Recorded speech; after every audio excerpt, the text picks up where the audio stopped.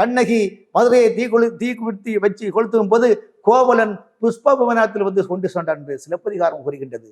ஆகவே இந்தியாவில் உலகத்திலே இந்து மதத்தின் தத்துவங்களை வைத்து தான் எல்லா ஆராய்ச்சிகளும் வந்தன. ஆகவே ராமனை திட்டக்கூடியவன் அயோக்கியனாக இருக்கின்ற காரணம் என்றால் அந்த ராவணன் கூட ராமனை திட்டவில்லையே. ராவணன் சீதையை அசோகவனத்தில் கடத்தி கொண்டு வைக்கின்ற போது தூக்கம் வராமல் அங்கும் இன்னுமா சுத்திட்டு இருக்கிறாங்க.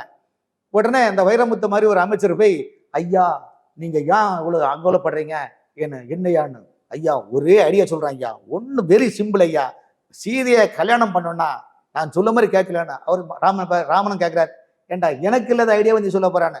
சரி சொல்லு தொலை என்ன கேட்கிறார்.